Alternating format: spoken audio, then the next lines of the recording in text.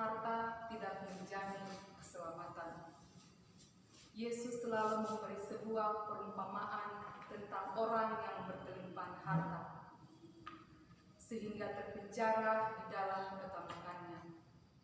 Ia berpikir bahwa dengan banyak harta yang dimiliki dari kebunnya akan menjamin seluruh hidupnya. Ternyata pikirannya ini meleset. Pada akhirnya dia menjadi korban dari harta miliknya sendiri.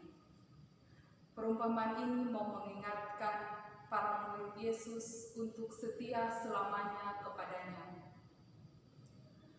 Mereka jangan khawatir akan apa yang mereka makan atau minum, karena manusia hidup bukan hanya dari makanan dan minuman saja. Mereka juga hidup dari sabda Tuhan. Tugas mereka adalah mencari kerajaan Allah, karena Tuhan akan tetap menambahkan semuanya kepada mereka. Di samping mencari kerajaan Allah, para murid juga diingatkan untuk memperhatikan kaum papa miskin dalam semangat saling berbagi. Dengan cara ini, mereka juga akan memperoleh harta di surga. Bapak, Ibu, Saudara-saudari yang terkasih, penulis kitab dalam bacaan pertama mengingatkan kita semua untuk terus-menerus berorientasi kepada Allah. Orang yang tidak bijaksana atau tidak beriman, hidupnya akan terancam atau tidak nyaman karena orientasi hidupnya hanya kepada harta ini. Orang-orang seperti ini mencari hal yang sia-sia dan lupa mencari yang sungguh-sungguh, yaitu Tuhan Sang Pencipta. Apa faedah yang diperoleh manusia dari segala usaha yang dilakukannya? Seluruh hidupnya penuh kesedihan dan pekerjaannya penuh kesusahan hati. Bahkan pada malam hari, hatinya tidak tentram.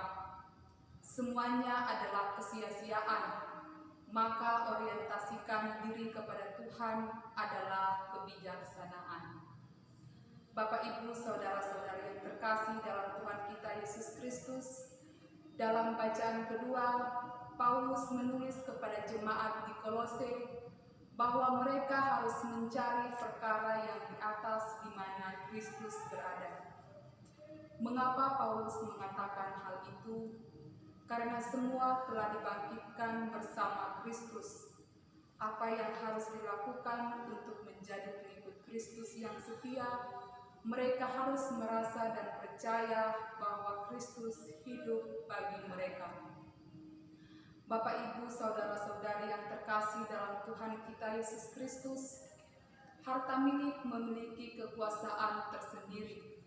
Tuhan Yesus mengetahui mentalitas para murid-Nya, sehingga Ia mengatakan, "Janganlah kamu mengumpulkan harta di bumi, karena di bumi pencuri membongkar dan mencurinya. Tetapi kumpulkanlah harta di surga, karena pencuri tidak akan membongkar dan mencurinya. Karena di mana hartamu berada, di situ juga hatimu berada." Penginjil Lukas hari ini menegaskan bagaimana seorang pendengar meminta Yesus untuk menjadi hakim bagi mereka, dua orang bersaudara.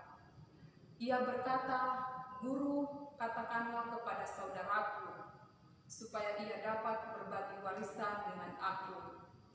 Yesus berkata kepadanya bahwa dirinya bukanlah hakim atas warisan. Orang-orang Israel sebenarnya memiliki kebiasaan untuk tinggal tetap di tanah warisan tanpa perlu membaginya, namun sejalan dengan perkembangan zaman, haknya atas warisan itu. Maka untuk membagi harta milik, prinsip dan normanya ditentukan berdasarkan hukum Taurat. Yesus mau mengatakan kepada orang itu bahwa orang tidak hidup dari kelimpahan hartanya. Harta milik bukanlah satu-satunya jaminan kebahagiaan manusia. Bapak, Ibu, Saudara-saudari yang terkasih dalam Tuhan kita Yesus Kristus, Sabda Tuhan pada hari ini sangat meneguhkan hati kita semua. Banyak kali kita selalu berorientasi pada harta milik, karena hati ada di sana. Tetapi pada hari ini Tuhan Yesus mengorientasikan kita hanya kepada diri. Tetapi pada hari ini Tuhan Yesus mengorientasikan kita hanya hidup kepada dirinya, untuk tinggal di dalamnya karena dialah hidup kita. Dia juga mau mengatakan kepada kita tentang kesia-siaan duniawi dari harta milik yang dapat hancur dicuri oleh pencuri. Sungguh Kristus adalah harta milik kita yang paling sempurna. Ia sendiri berkata, "Aku datang supaya mereka mempunyai hidup dan mempunyainya dalam segala kelimpahan." Apakah kita semua berkelimpahan di dalam Kristus? Hadirlah di hadiratnya dalam doa dan pujian, maka kita juga pasti merasakannya. Semoga dari firman yang kita dengarkan pada hari ini, jangan membuat kita menjadi orang yang buta karena harta duniawi, tetapi marilah kita menjadikan Tuhan sebagai satu-satunya harta bagi kita semua. Semoga demikian.